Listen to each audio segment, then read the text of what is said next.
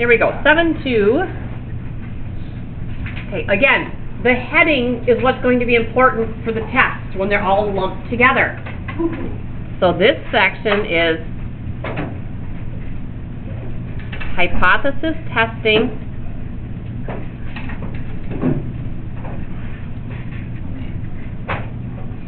for the population mean. And when you wrote your claims yesterday about a mean, what symbol did you use? Mu. With a large sample. What constitutes large sample? Over 30. And then I should say, or small sample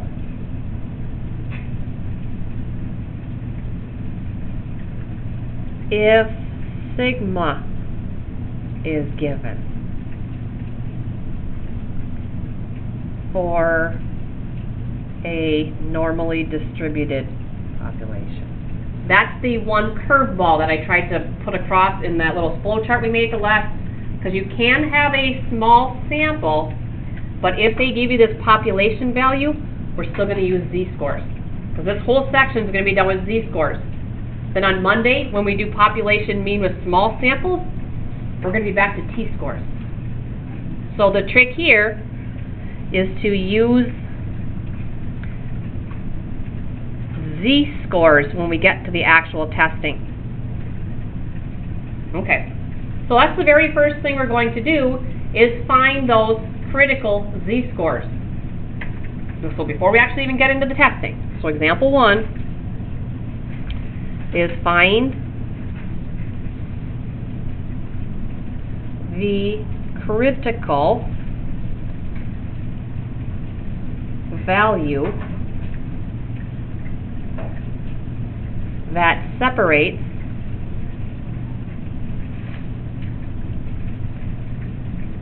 the rejection region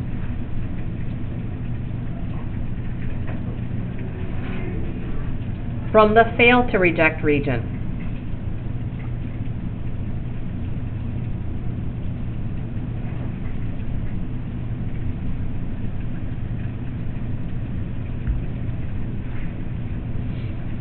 Okay, so these critical values in this case where we've got large samples, like I just said, they are z-scores.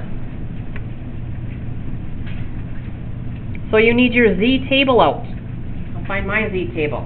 Here it is, the standard normal z-table.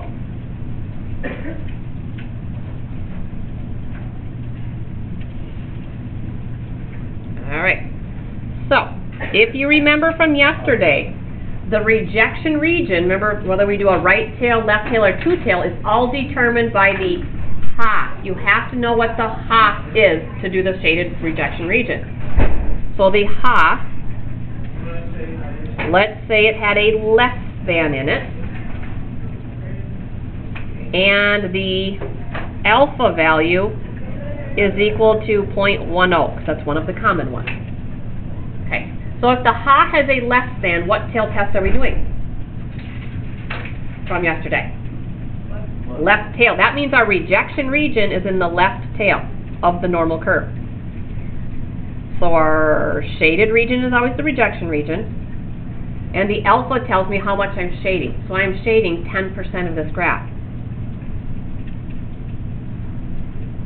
The critical value is this z-score that separates the shaded from the unshaded. So this value right here is considered the critical value. So we've got to find that on your table. So if we look on the standard normal, it's showing you, if you know the area behind it, just find that area and then read the z-score. So we know the area behind this is 0.10. So what's the closest you can get to 0.1000?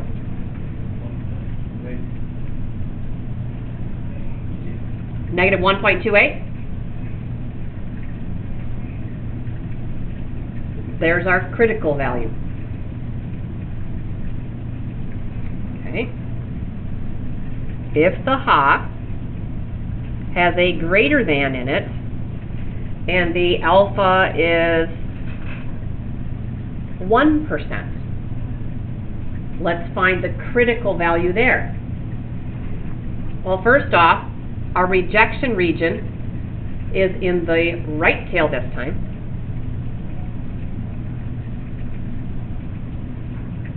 And this time I've only got 1% of the graph shaded in the right tail.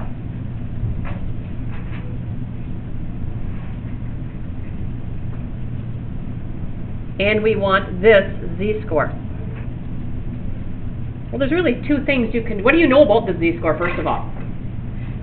It's positive. How much area is behind it? 99. So you can look for 0.9900, and it'll be, or you can look for 0.01, and then just take the positive of it. It's up to you which one you want to look up. So go ahead and look it up, see how you do. Sam says 2.33. Yep. So be aware of whether you should be getting a positive or negative. Remember, the center is 0, negatives are to the left, positive to the right. Okay, and then the last one that is an option for the Ha is for the Ha to have a not equal to in it. And if alpha is 5%. We want to find, now we're going to have two critical values, but they're going to be symmetrical.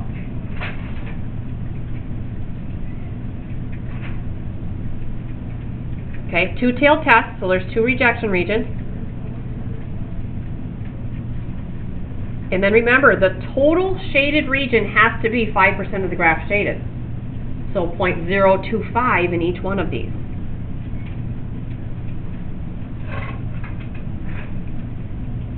And they're symmetrical, so once we look up this left one, this negative one, the other one's just the positive version of it. So look up 0.0250. What do you get?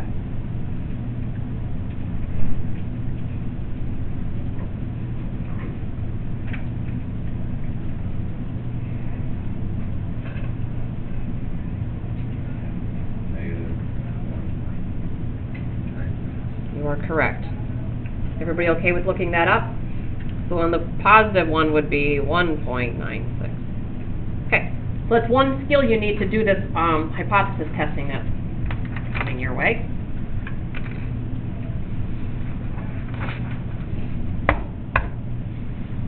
Okay, it's a 5-step process. So every section is going to follow these 5 steps. So the steps to hypothesis testing. Okay, the first thing you got to do is rewrite the claim with the math symbols in a math sentence. So write the claim,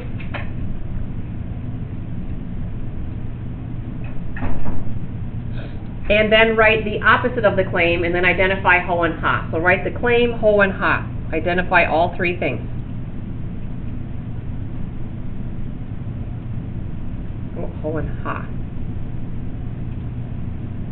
Okay. Then sketch the rejection region.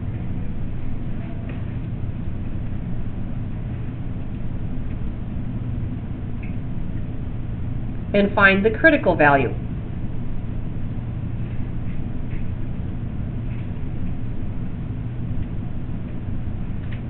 They call it critical because it separates rejection from fail to reject.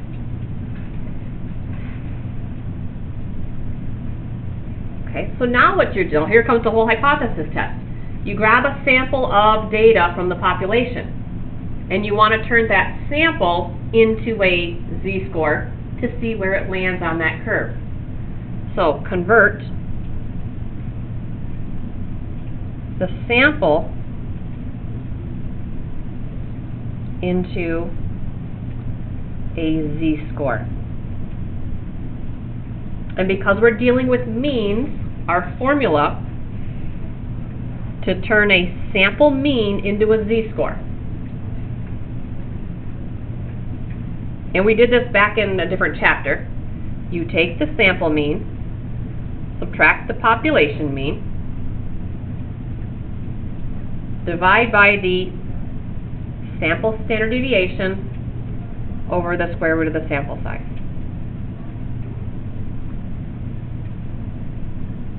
And because we're always testing the whole, we're using the value that's in the whole here. That's the whole value. And then it's just a matter of seeing, well, where does the sample land? Is it in the unshaded fail to reject region, or is it in the reject region? So your next step is either to make a decision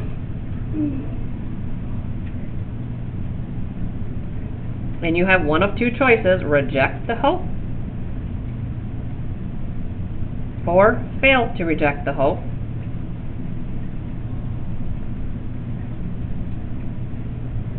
And then the last thing is to say something about the claim.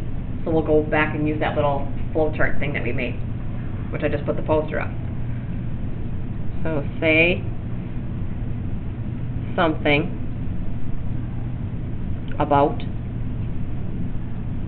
the claim.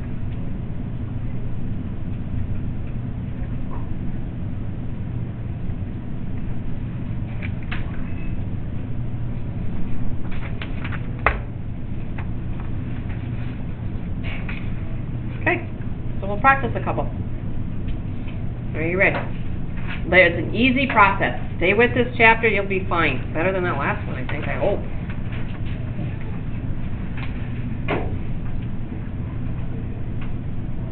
Okay, here's a claim being made by the CEO of a company. His claim is that the mean workday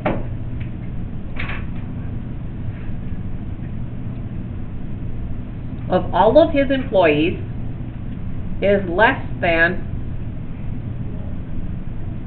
8.5 hours.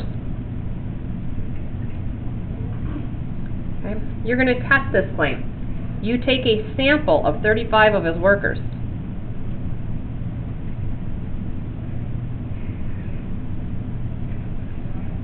And you find that the mean for these 35 is 8.2 hours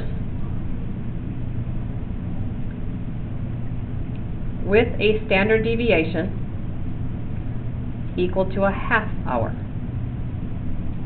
We're going to test this at 1% level of significance.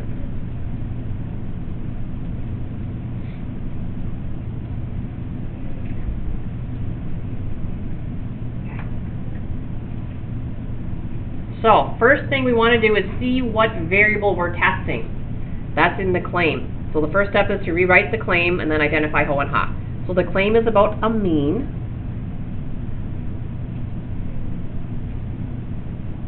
So I'll rewrite the claim like you did yesterday. The mean workday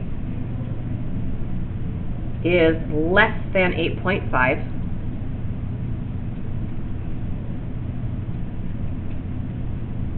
So is that the ho or the ha? That's the ha. Now we write the ho, because ho is what we're going to test.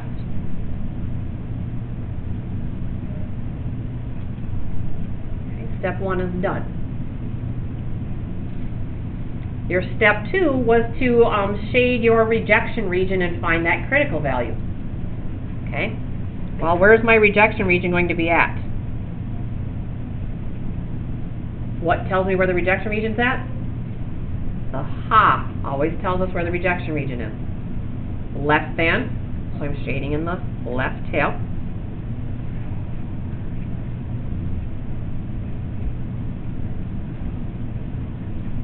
Maybe that'll help. How much is shaded? What value in here is telling me how much is shaded? The alpha, 1%. What is that called? Is that alpha? Alpha, level of significance. Okay, so if that's 1%, our next step is to find this critical value. I need to know this cutoff. Sam's telling me negative 2.33. you're right. Yeah. Okay. Oh, that critical value. Should that have been a z-score? How did I know this was going to be a z-score, not a t-score? It's over 30. So this right here, these two things together, mean with a large sample is telling me to do z's. And we want to accentuate that idea. Okay? So now we need to take our sample mean and turn it into a z-score to see where our sample lands on this normal curve. So our sample mean, x bar, was 8.2. So we're going to turn that into a z-score with that little plug and tug formula that you had. So the z-score for 8.2. And if you have that formula there, it says start with the sample mean, subtract the population mean from the whole, which is 8.5. Divide by the S. Do I have the S? The 0.5, because it's referring back to the sample, this is an S.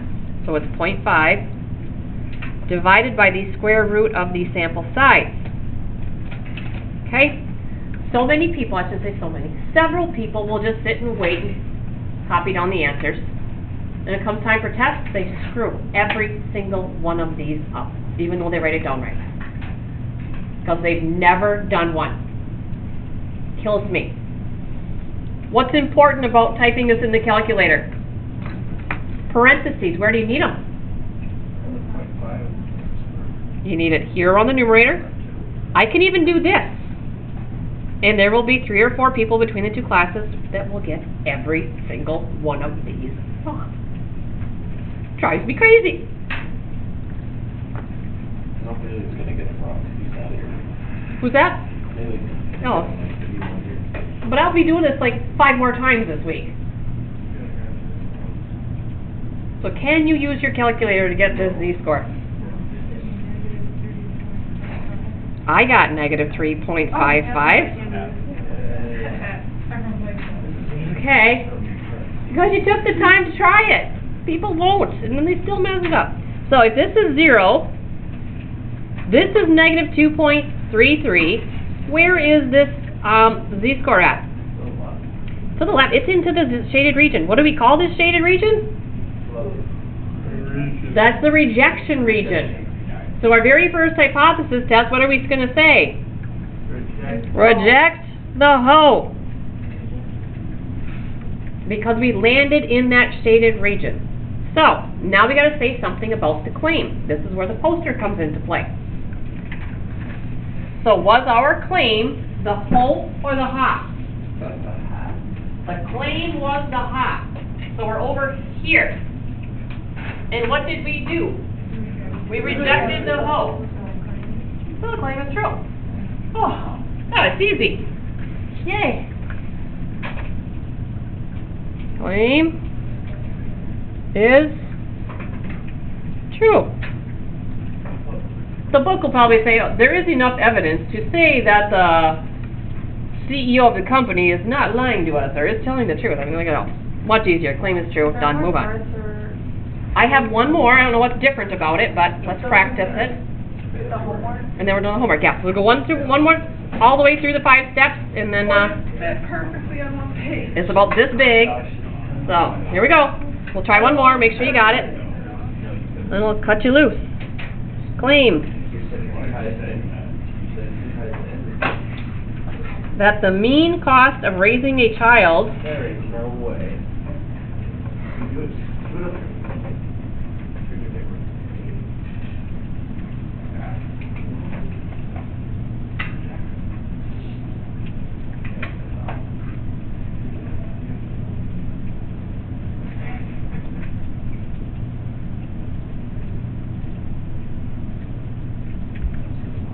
Okay, the claim being made is that the mean cost of raising a single child from birth to age 2 is $8,390. I don't remember what year this was at. So you're going to test the claim. So you take a sample of 900 children. You find that the mean cost is $8,275 with standard deviation $1,540. We're going to test this at a 5% level of significance.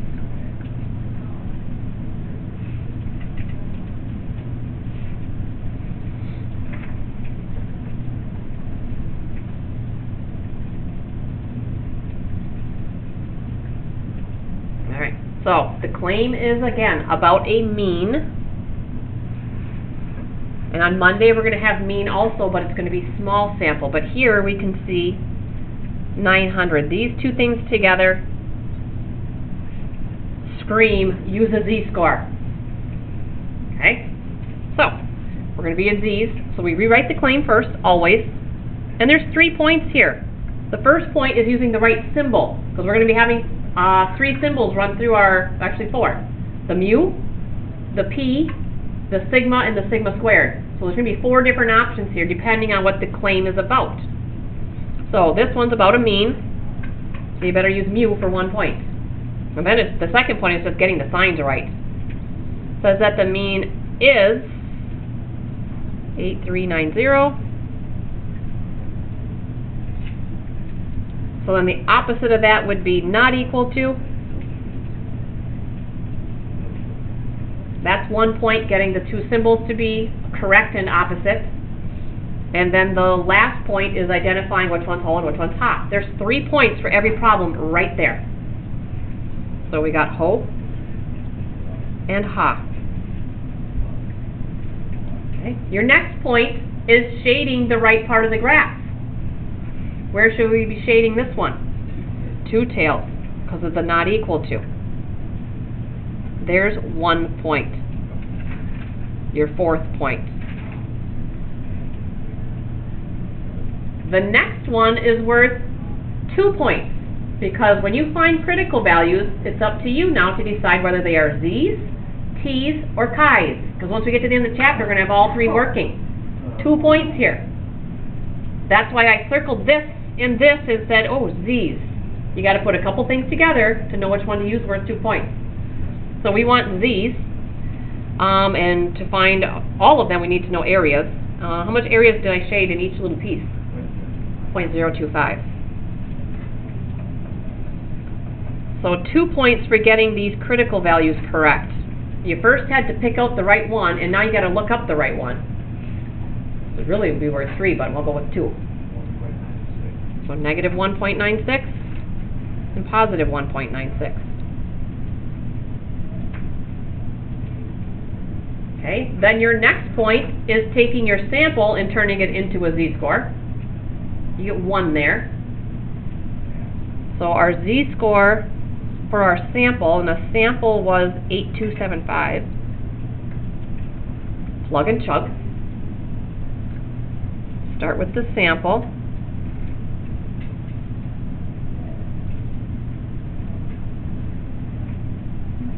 S is 1540. Square root of sample size. If you try it all in one line, parentheses are important. So we were at 3, 4, 5, 6. This is 0.7.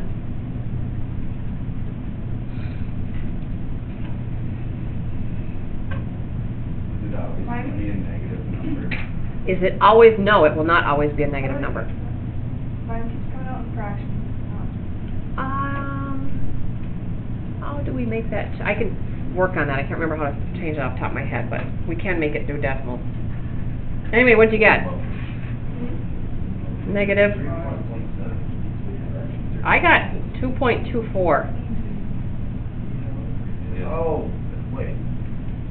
How did I get that? Did I write this? I wrote everything right. Yeah, you did. I just wrote it. Okay. -1 for you.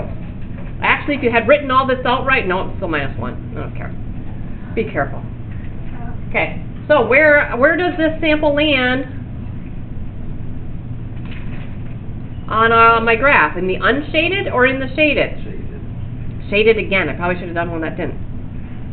So shaded, you reject the hope. If I had landed in the unshaded, say it came out negative 1.82, I would say failed to reject the hope, but I didn't do one like that, I don't know why. Now, use your poster. Say something about the claim.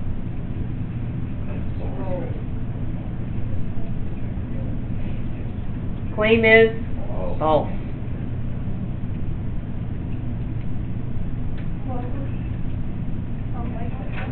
Okay, I think, so what do they have? 3, 4, 5, 6, 7, 8, 9 points on one of these. So now we gotta have 6 of these numbers. Well, I don't know.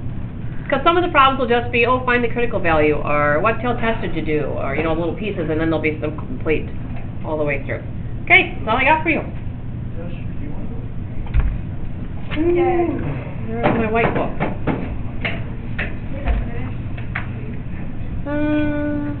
7-2. Page 324. 4 through 16 even. So good. 17, 21, 23, 25. I'll say that first set's probably just little bits questions. These are probably complete hypothesis tests in here.